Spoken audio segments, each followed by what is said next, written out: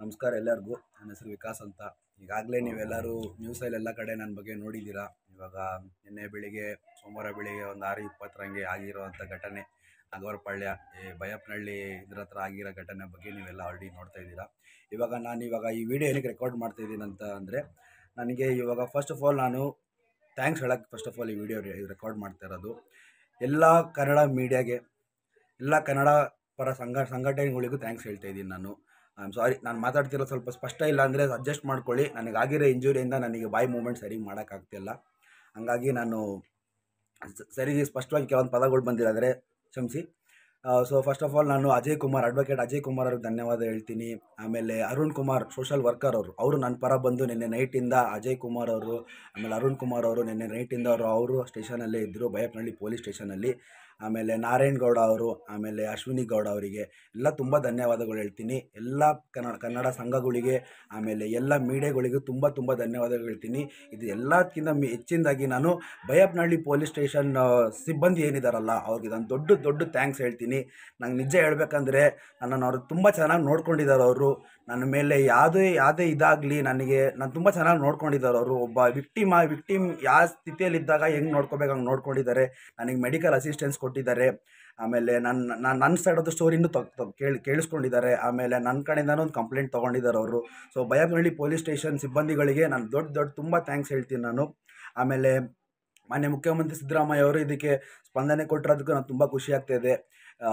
ನಾನು ಸದ್ಯಕ್ಕೆ ನಾನು ಏನು ಹೇಳ್ಬೇಕಂದ್ರೆ ನನ್ನ ಕೆಲಸಕ್ಕೆ ತುಂಬ ಎಫೆಕ್ಟ್ ಆಗಿದೆ. ನನ್ನ ತಂದೆಯವರು 2 ವರ್ಷದಿಂದ ತೀರ್ಕೊಂಡಿರೋದು, ನನ್ನ ತಾಯಿ ಇಬ್ಬರೇ ಇರೋದು.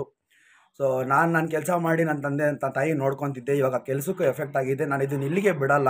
ನಾನು ಸ್ವಲ್ಪ ಸ್ಟ್ರೈನ್ ಆಗಿ ಮೆಂಟಲಿ ಸ್ಟ್ರೆಸ್ ಆಗಿರೋದ್ರಿಂದ ನಾನು ಒಂದು ದಿನ ರೆಸ್ಟ್ ಬೇಕನ್ನಿಸ್ತಾ ಇದೆ.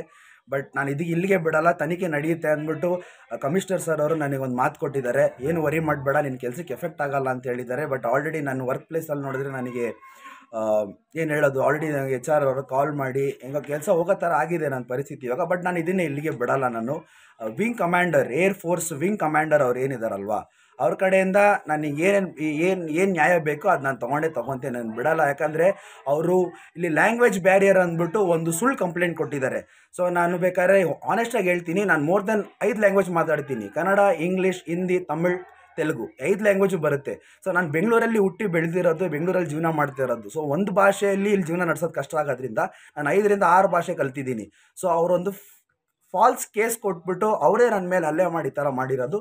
But first and foremost Ajay Kumar, Arun Kumar, ಆಮೇಲೆ ಎಲ್ಲ ಸಂಘಗಳಿಗೆ, ಆಮೇಲೆ ನಾರಾಯಣ್ ಗೌಡ ಸರು, ಆಮೇಲೆ ಅಶ್ವಿನಿ ಗೌಡ ಮೇಡಮು, ಸಿದ್ದರಾಮಯ್ಯ ಸರು, ಆಮೇಲೆ ಹೋಮ್ ಮಿನಿಸ್ಟರ್ ಪರಮೇಶ್ವರ್ ಸರು, ಆಮೇಲೆ ಬೈಯಪ್ಪನಹಳ್ಳಿ ಪೊಲೀಸ್ ಸ್ಟೇಷನ್, ನಿಮ್ಮೆಲ್ಲರಿಗೂ ತುಂಬ ಧನ್ಯವಾದಗಳು. ಇದೊಂದು ದಿನ ನಾನು ರೆಸ್ಟ್ ಮಾಡಬೇಕು. ನಾನು ತುಂಬ ಮೆಂಟಲಿ ಸ್ಟ್ರೆಸ್ ಆಗಿ ಹೋಗ್ಬಿಟ್ಟಿದ್ದೀನಿ. ಸ್ವಲ್ಪ ಮೆಡಿಕಲ್ ಎಮರ್ಜೆನ್ಸಿ ಬೇಕಂತ ಅನಿಸ್ತಾ ಇದೆ.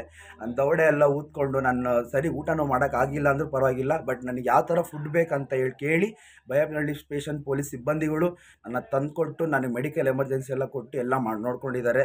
ಹಂಗಾಗಿ ನಾನು ಈ ಮಾತನ್ನು ಮುಗಿಸ್ತಾ ಇದ್ದೀನಿ. Thank you.